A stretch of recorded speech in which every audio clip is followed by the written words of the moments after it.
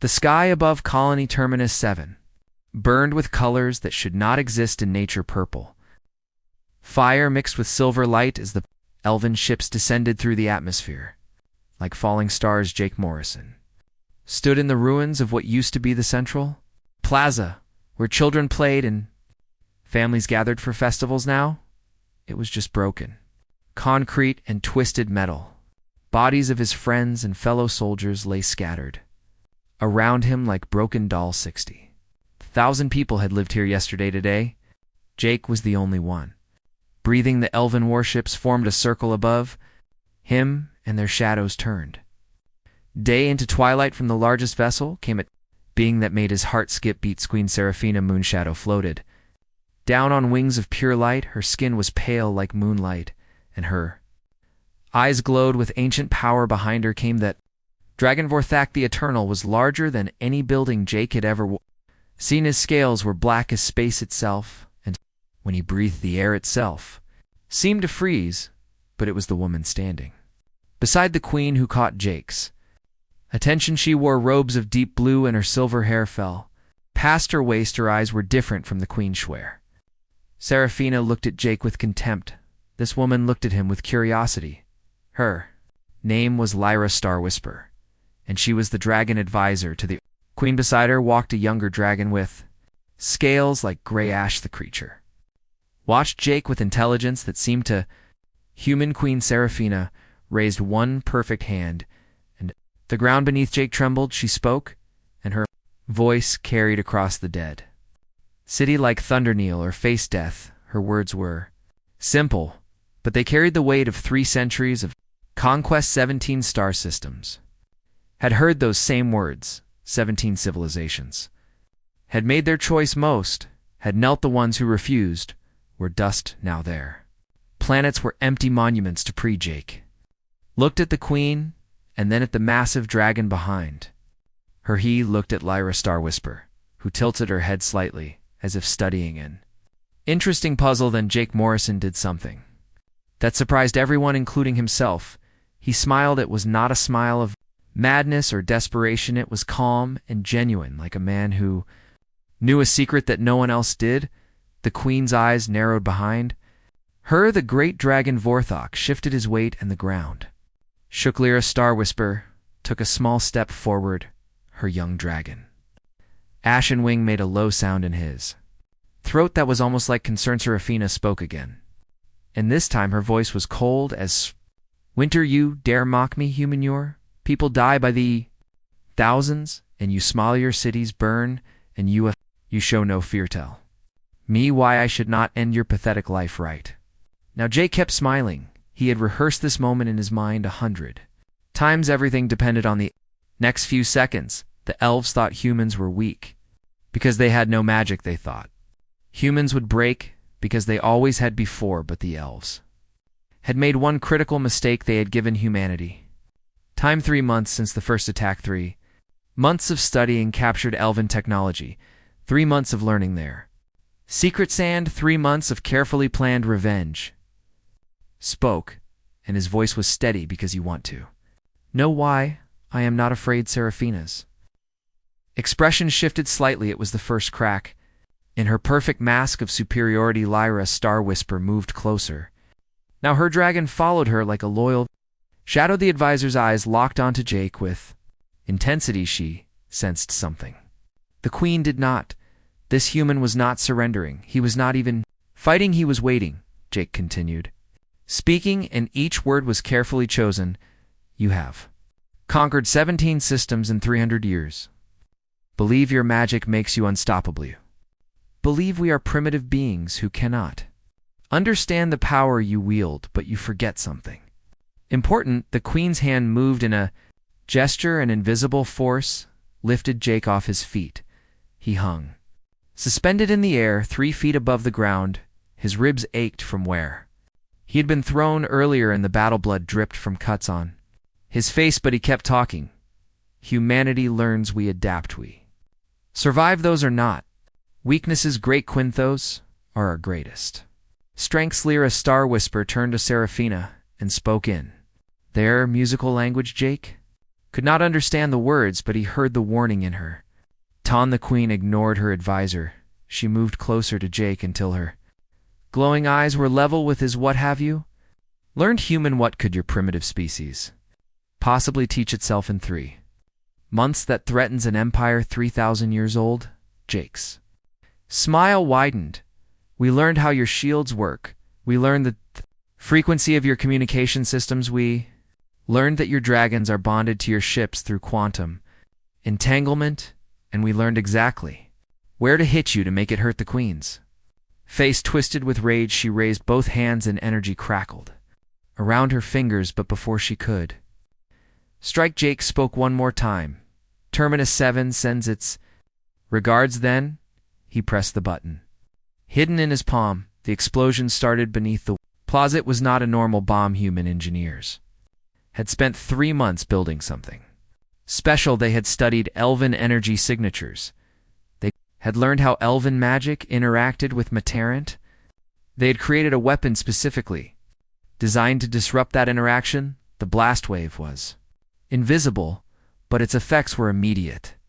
Elven shields around the ships flickered, and Dvorthok the Eternal roared in pain as the quantum bonds linking him to the fleet shattered. Smaller explosions began across the city as hidden charges detonated in sequence. Jake had planted them over the last 2 days. While the elves thought they had won, the Queen's magic vanished as she struggled to maintain her own shields. Jake fell to the ground and rolled his body, screamed in protest, but training took over. He sprinted toward the edge of the plaza where maintenance tunnel entrance waited behind him. Lyra Starwhisper shouted orders in the elven language. Her dragon Ashenwing took flight, and several other elves moved to pursue Jake, but the chaos was too great a half. The elven fleet was crippled.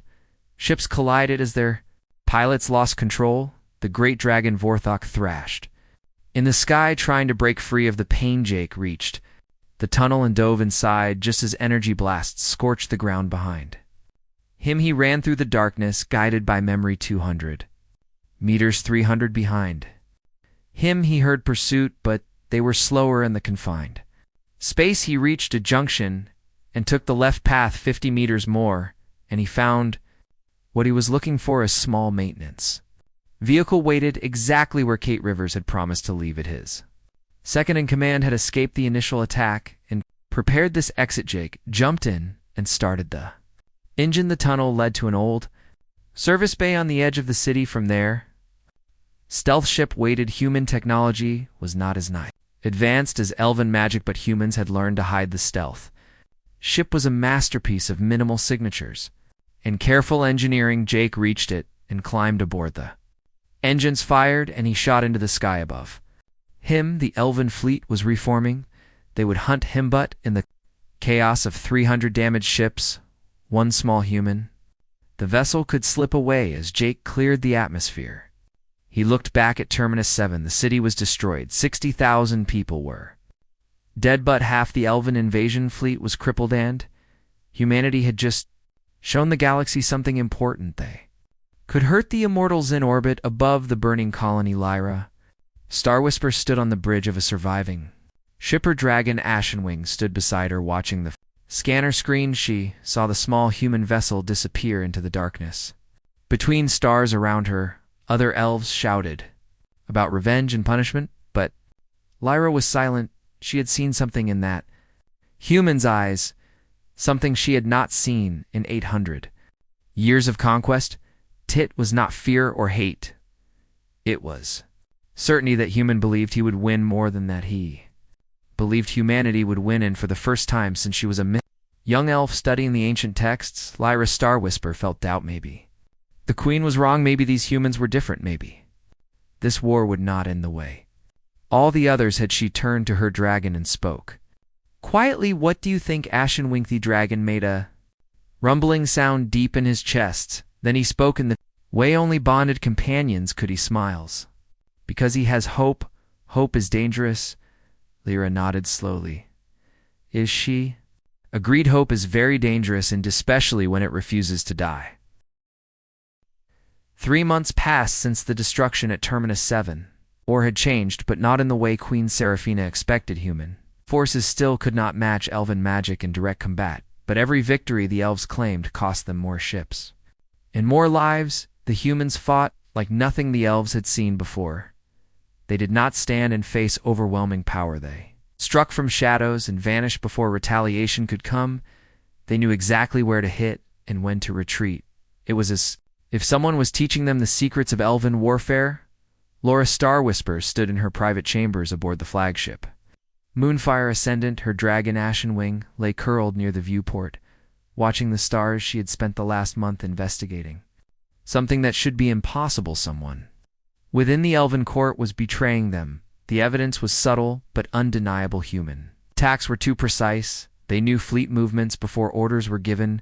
They understood magical ward patterns that took elves centuries to learn. Most disturbing was their knowledge of dragon rider biology, that humans had developed weapons specifically designed to disrupt the bond between rider and dragon. That information existed in only one place: Royal Archives. Lyra spread data files across her desk. Each one represented a human attack. Each one showed knowledge that should not exist outside the palace. She traced the pattern backwards through time.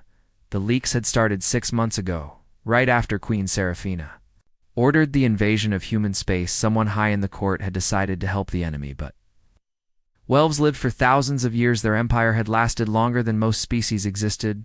What could make one of them turn traitor across the galaxy?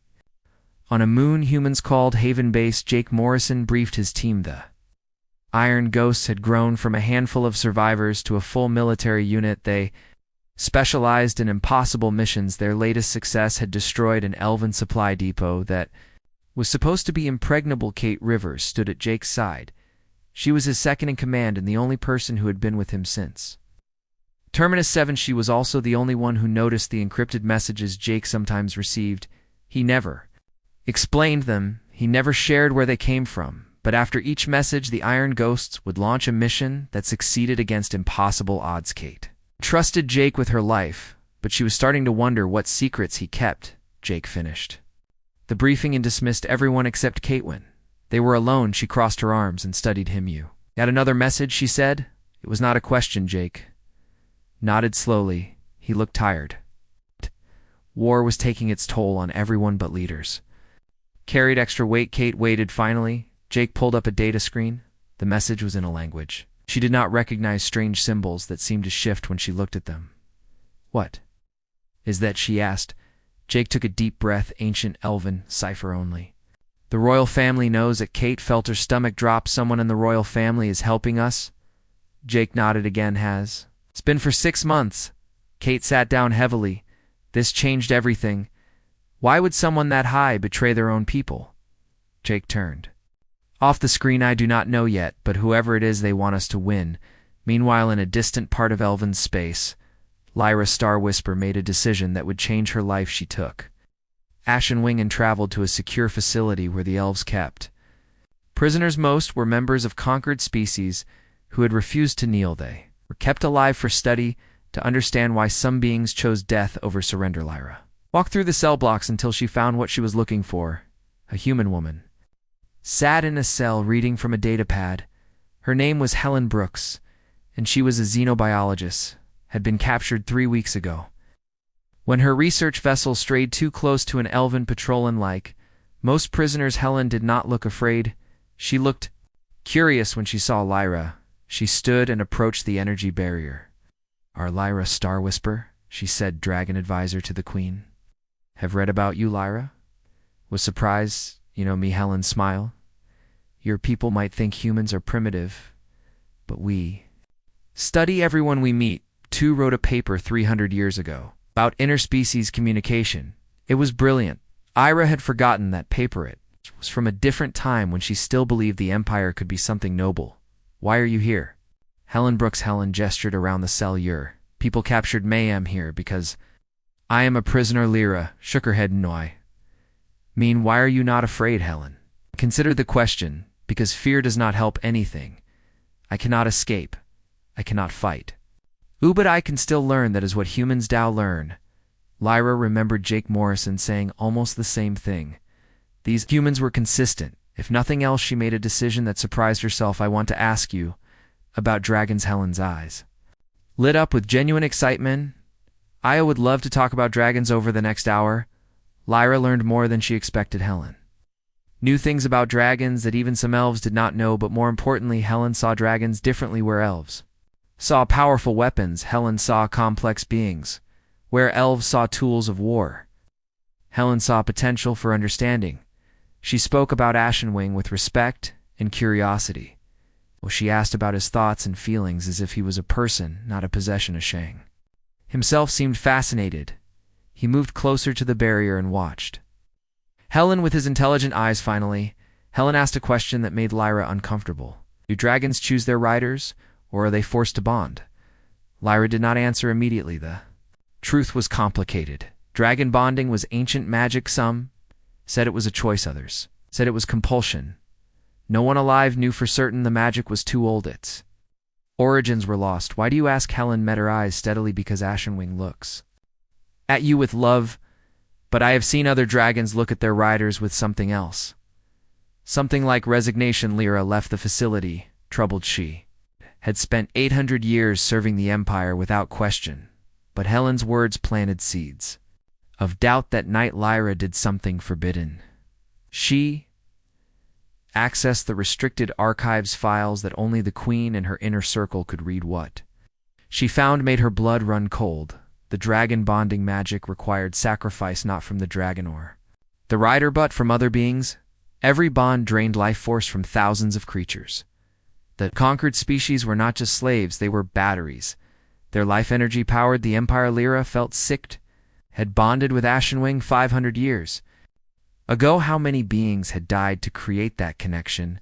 Did Ashenwing know? She went to find her dragon. He was sleeping in their shared quarters.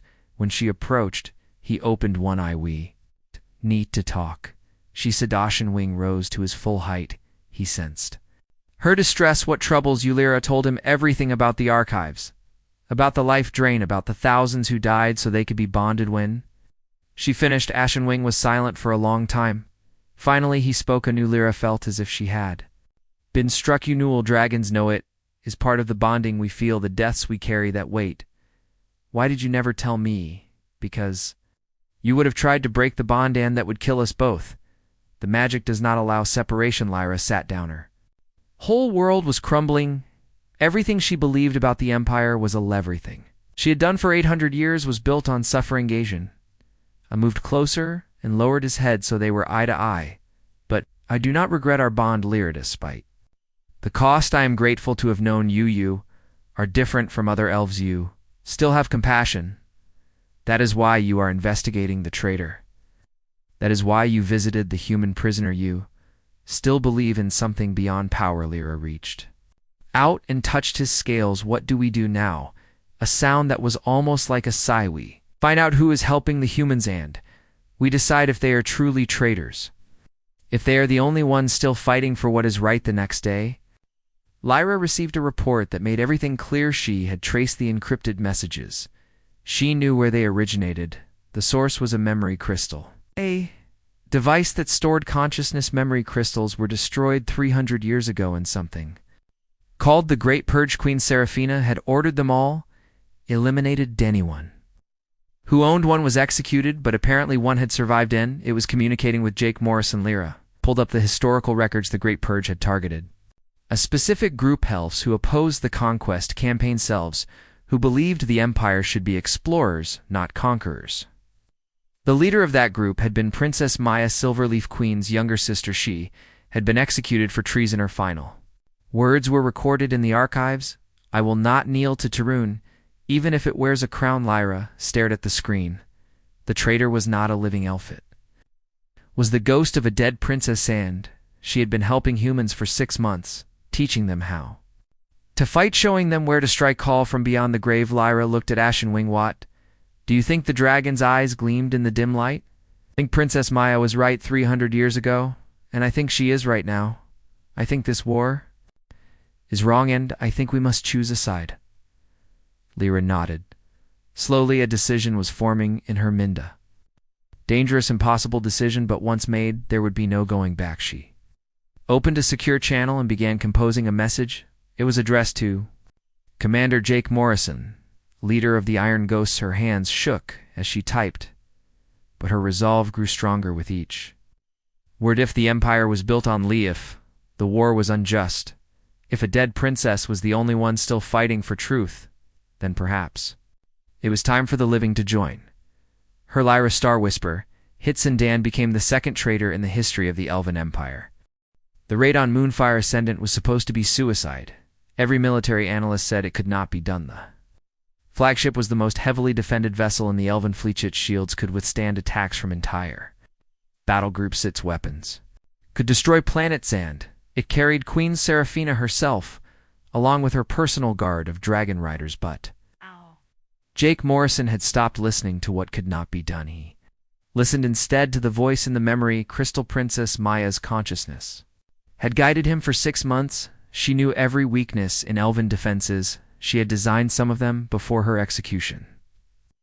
Plan was insane, but it might work. 20 ships against an armada, 20 human pilots against dragons and magics. The objective was simple: get inside the flagship, reach the throne room, capture the Queen alive. Jake stood on the bridge of his command ship and watched his team prepare.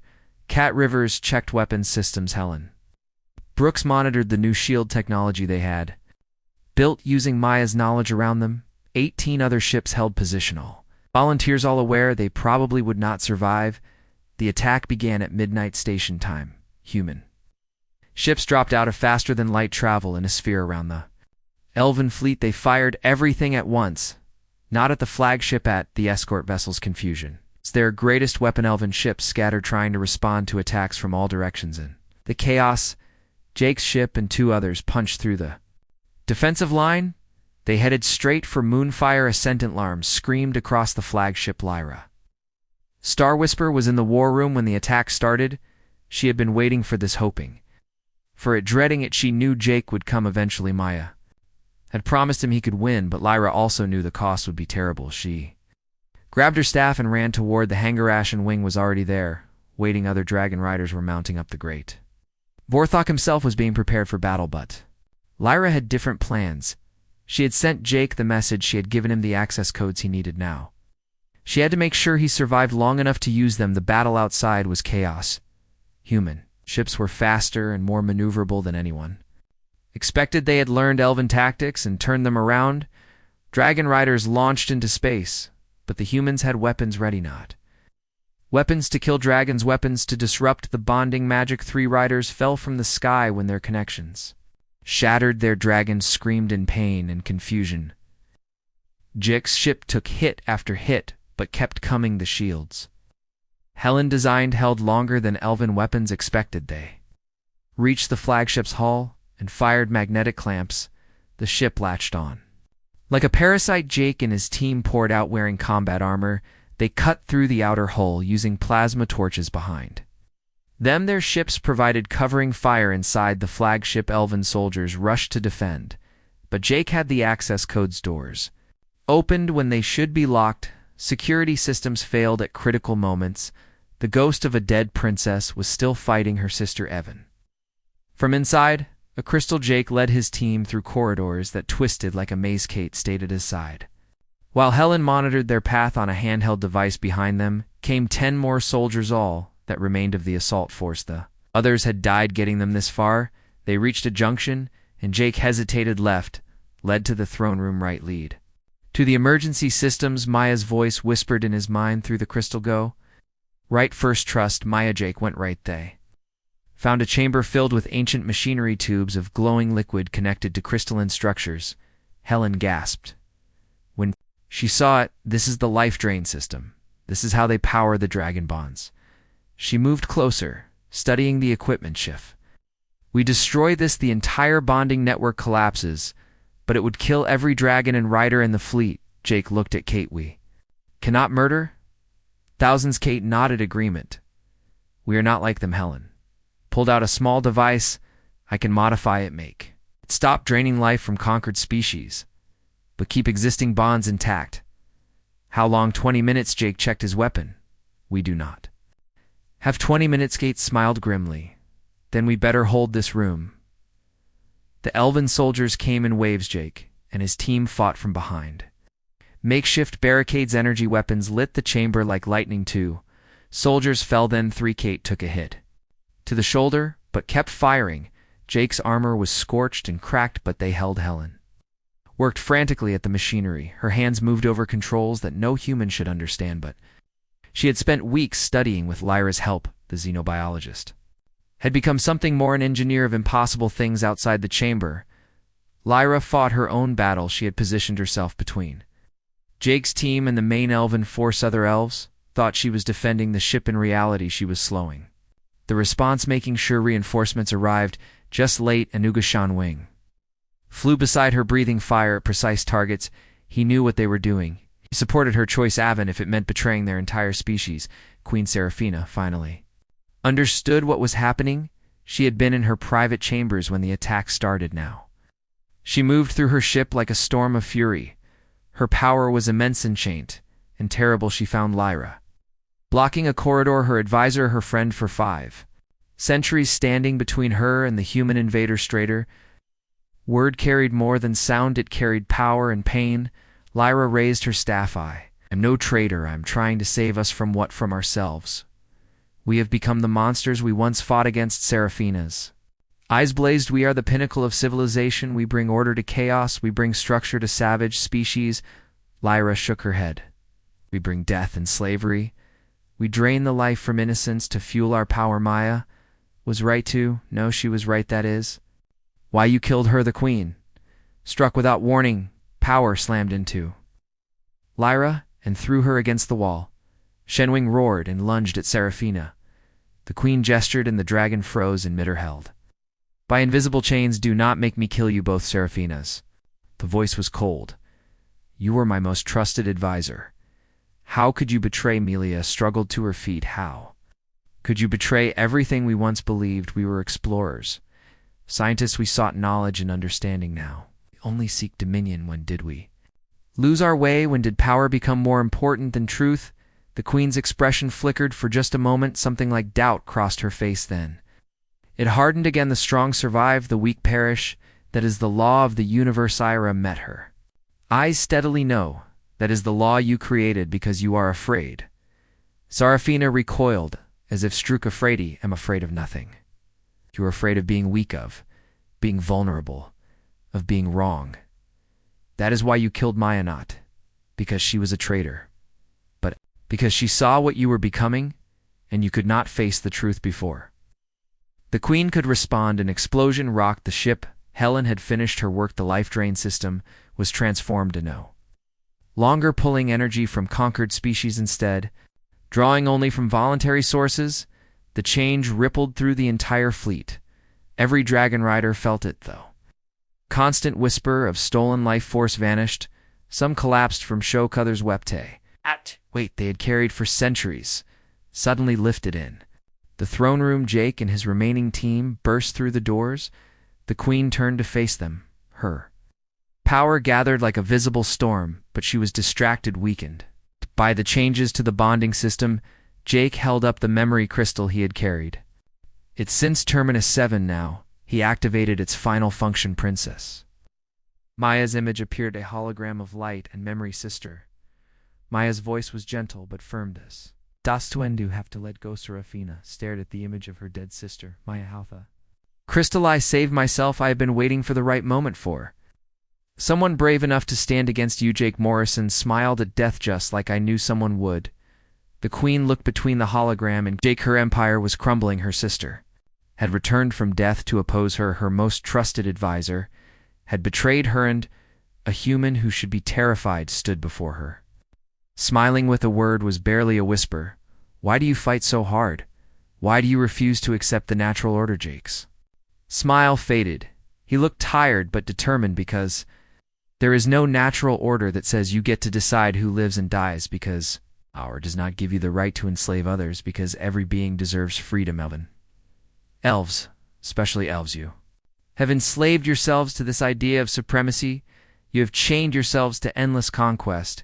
We are not fighting to destroy, we are fighting to free you. Seraphina laughed, but it sounded broken. Free you, Sue? Want to free us by taking away our power, by ending our empire? Jake shook his head. We want to show you that you do not need an empire to have value, that you do not need to dominate others to be important here. People created incredible things before they became conquerors. They can create incredible things. Aganas equals the queen raised her hand. One final time energy crackled around her fingers. She could kill. Jake with a thought, but she hesitated. Kate raised her weapon. Helen stood ready. Maya's hologram watched with sad eyes, and in that moment Seraphina saw the future. If she killed Jake, his people would fight harder. If she destroyed Earth, other species would rise against Hertha. Empire would fall eventually. Nothing lasted forever. She could die defending a lore, she could live admitting a truth. The queen lowered her hand. Energy dissipated. She looked old suddenly despite her beauty and power. She looked ancient and tired. Surrender. The words shocked everyone. Evan. Maya's hologram seemed surprised. Seraphina continued, I will end the Wari will dissolve the empire. I will free the conquered species. The prison where they kept Queen Seraphina was not crew lit, was a small compound on Earth's moon with gardens and comfortable rooms, but it was still a prison. Guards watched every entrance, sensors monitored every movement. The woman who had ruled an empire for 3 centuries now lived in a cage. Commander Lisa Parker was assigned to oversee security. She was a veteran of 15 battles against the elf she thought had lost friends and family to their attacks. Now she guarded their leader. The irony was not lost on anyone. The elven military was fracturing without their queen. Some wanted peace like she had promised. The others saw her surrender as the ultimate betrayal. General Thorn Darkblade led the hardliners. He commanded a third of the remaining fleet, and he was gathering support among those who could not accept defeat. Darkblade sent a message to Earth's government. It was simple and direct. Return Queen Seraphina, or we will burn your worlds. You have 3 days. The message caused panic in Earth's leadership. They had won the war, but peace was fragile. If Darkblade attacked with his fleet, thousands more would die. Some politicians wanted to return the queen. Better to sacrifice one life than risk millions. Others argued that giving in to threats would ensure more threats. The debate raged for hours. Finally, they brought the decision to Jake Morrison. He had become a hero.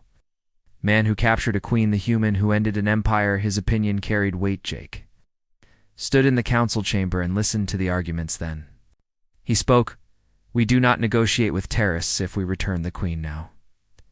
Darkblade wins. He learns that violence works. There will be no peace, only endless demands. But what if he attacks? Then we fight.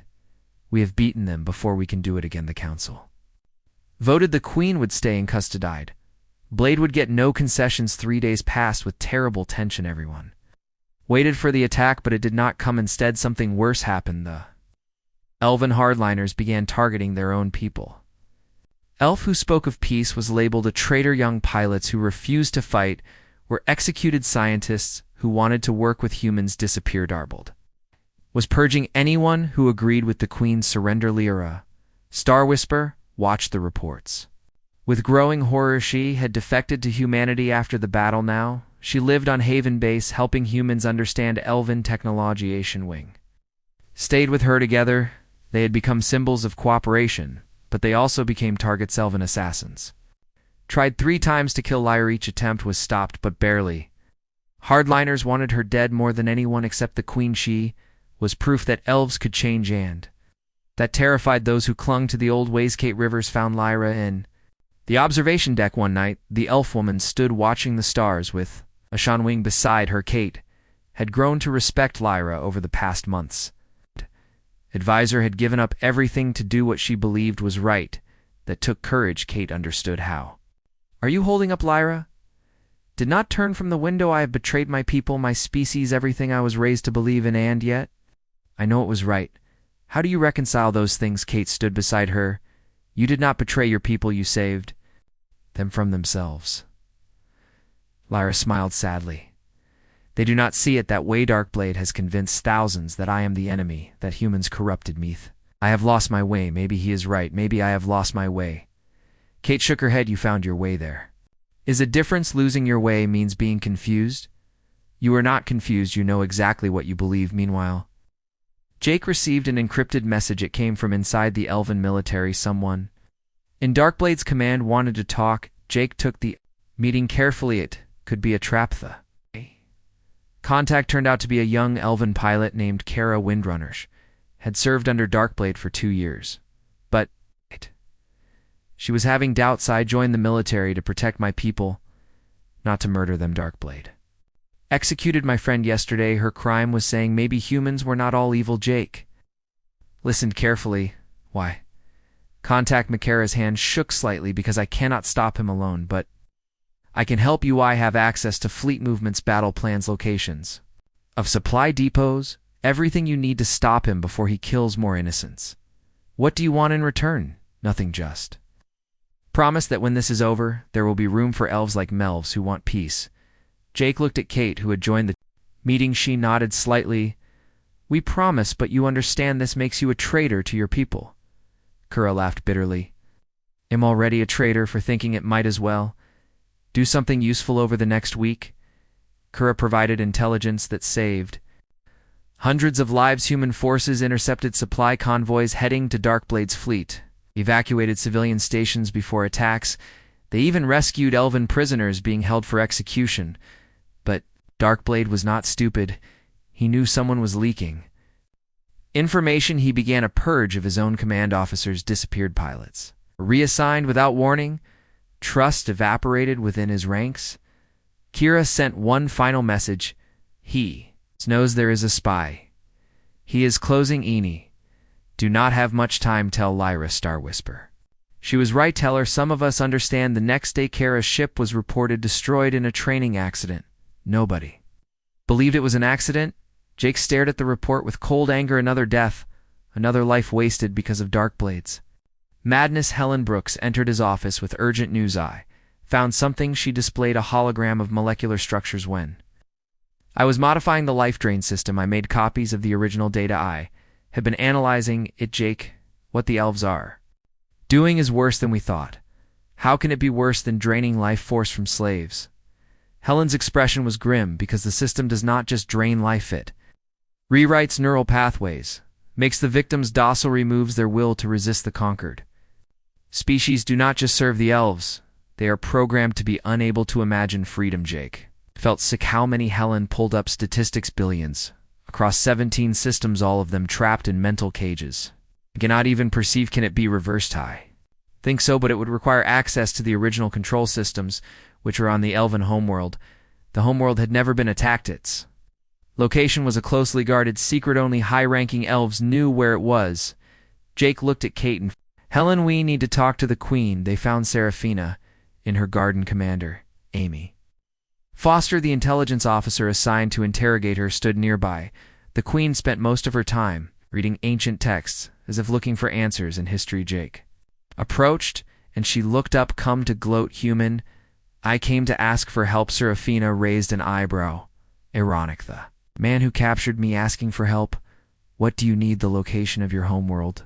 The Queen's expression hardened. Why? Because billions of people are trapped in mental prisons because your empire's magic did not just enslave bodies, it enslaved minds. We need to free them. Seraphina was quiet for a long time. Finally she spoke. I knew about the neural modification. It was considered necessary. Conquered species would rebel without it.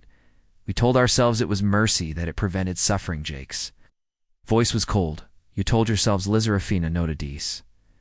We did. The question is, what will you do with the homeworld? Location. Attack it. Destroy our last safe haven. Jake shook his head. Free the prisoners, all of them, every species you conquered. We will restore their ability to choose, then we will help them rebuild. The Queen studied him. You really believe that?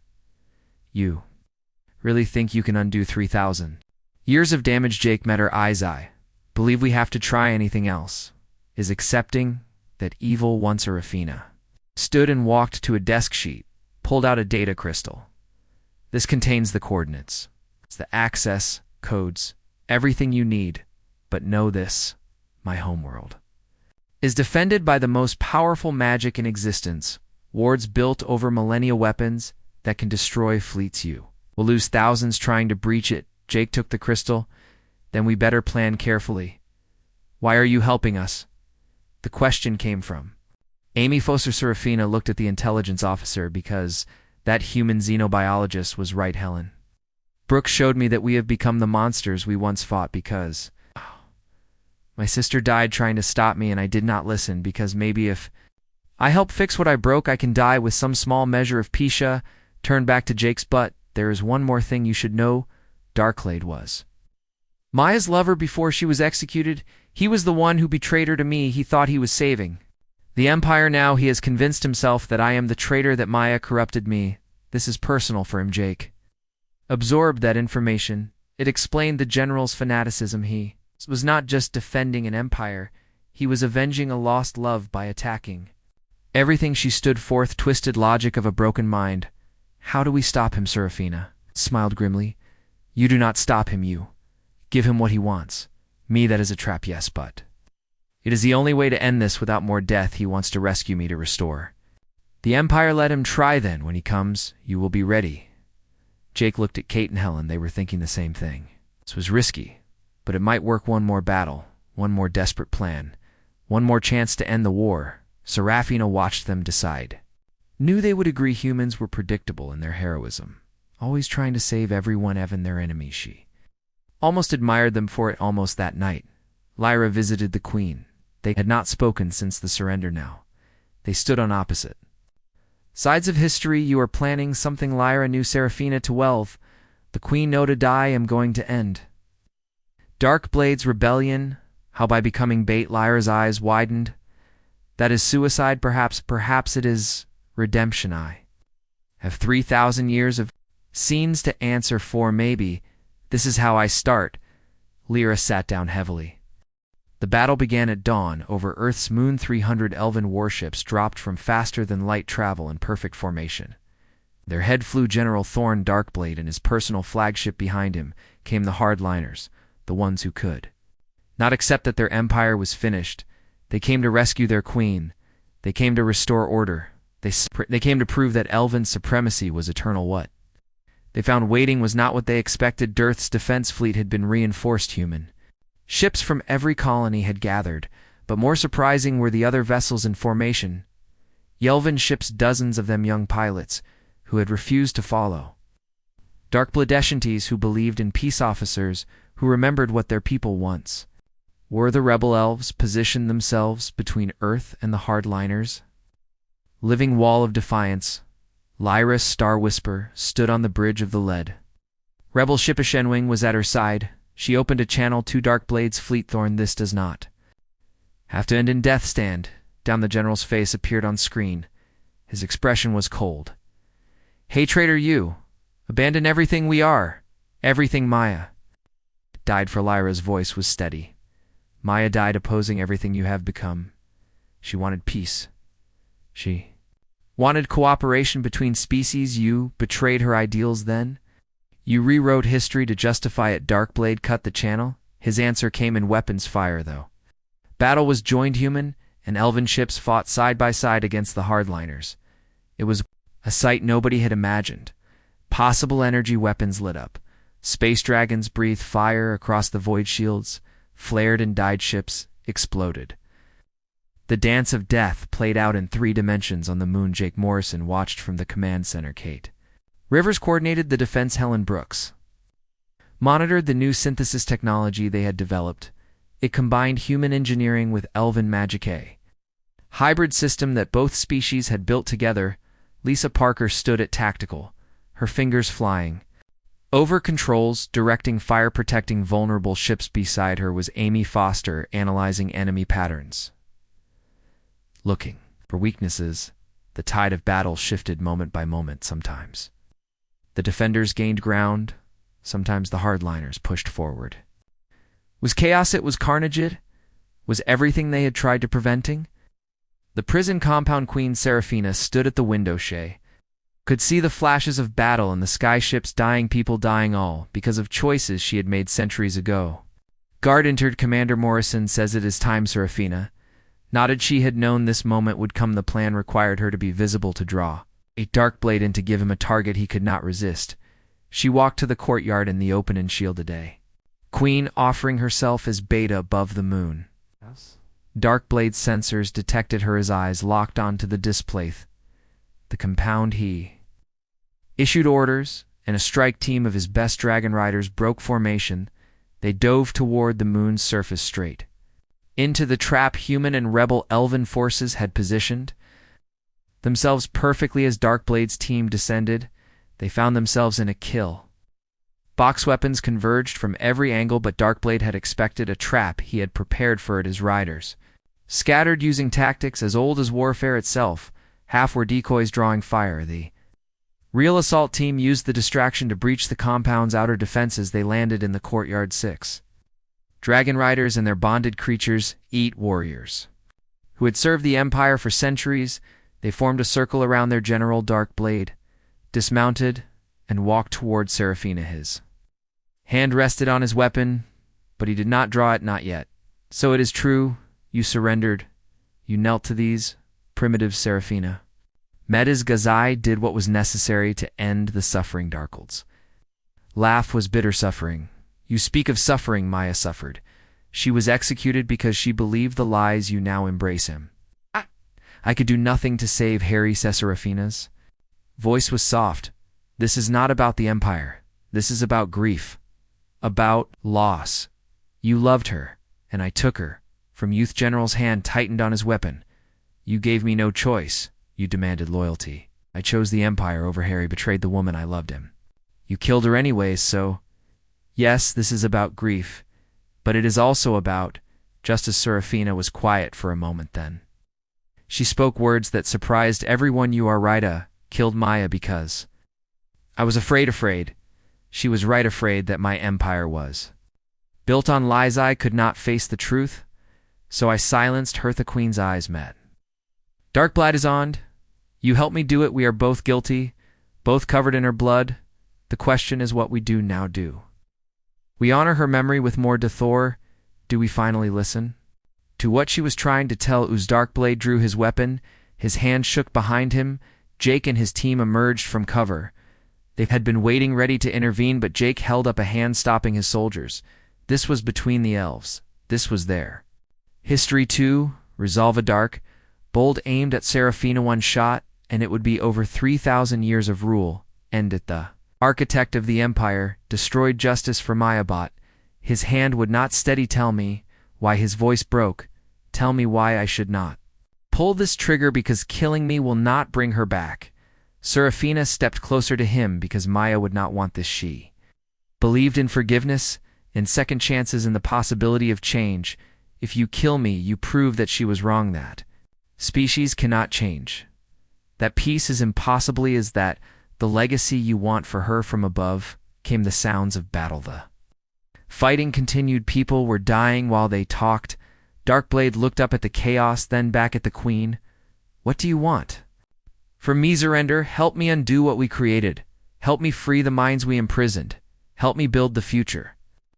Maya dreamed of it will not bring her back, but it will honor her, and maybe, just maybe, we can find peace for ourselves. The general's weapon lowered slightly. You asked the impossible, yes, but humans taught me that the impossible sometimes happens.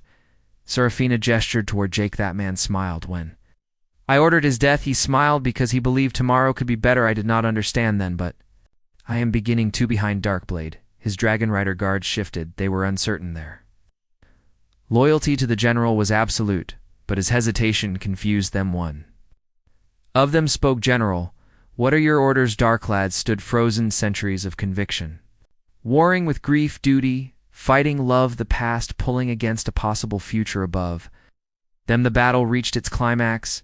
The hardliner fleet was being pushed back. Too many young elves had defected too. Many had chosen peace. The Empire was truly falling. Not 2 human weapons, but 2 internal collapse. The weight of lies finally too heavy to bear. Lyra's voice came over the communication channel. Thorn, I know. You here may know. Maya spoke to you about her doubts. She confided in both of us. So remember what she said. She said the Empire survived by making people forget they had choices, but choices always exist. Do you have one? No honor? The woman you loved or become everything she opposed? The courtyard. Darkblade finally moved, but not the way anyone expected. He dropped his weapon. It clattered on the stone ground. His dragon keened, softly sensing his rider's anguish. I cannot do this, Darkblades. Voice was barely a whisper. I cannot keep killing in her name. She would hate what I have become. He looked at his guards stand. Down all of Youth War is over. We lost not to humans, but to ourselves. Our own corruption, our own lies. It's time to stop. One guard raised his weapon toward the general. This is treason. You betray everything we Aradark. Blade turned to face him. No, I am finally stopping my betrayal of Maya, of our ideals, of what we could have been. If you want to kill someone, kill me, but leave the queen alive. She is trying to fix what we broke. The guard hesitated, then lowered his weapon. Another guards did the same. Above the moon, remaining hardliner ships saw their general surrender. Some broke off and fled into deep space. Others followed their leader's example and powered down weapons. The battle ended not with a final explosion, but with silence, the terrible quiet after war broken. Only by rescue operations and the counting of the dead in the days that followed the galaxy began to change. Queen Seraphina formally abdicated. She dissolved the empire, freed the conquered species, and offered herself for trial, but the freed species surprised everyone. They asked for reconciliation. Instead of revenge, they had seen humans and elves working together and wanted to join that future, not repeat the past. Darkblade became an unlikely Elihi, used his knowledge of the Empire to help dismantle Eighth, worked with Helen Brooks to restore neural pathways to free minds from magical programming. It was penance. It was grief turned to purpose. It was the only way he could live with himself. Lyra Star Whisper was named ambassador to the new Human-Elven Alliance Gate. Rivers became her human counterpart. Together they built the framework for cooperation, two species learning to trust, to share, to grow together. Helen Brooks and Snetchenwing formed an unexpected partnership. The xenobiologist and the dragon worked on synthesis, technology combining magic and science, creating something neither species could achieve alone. They called it the Unity Project Hand. It attracted young people from every species, all eager to build tomorrow. Jake Morrison retired from active military service, but he kept Princess Maya's memory crystal empty, now but still precious, a reminder of what one person's courage could accomplish. He settled on a colony world that humans and elves were rebuilding together. Sometimes he taught at the academy there, sharing his experiences, warning against the dangers of supremacy, showing that enemies could become friends one day. As he watched students of multiple species working together, young elf approached him. She was nervous but determined. Commander Morrison, I wanted to thank you. Jake smiled gently. For what?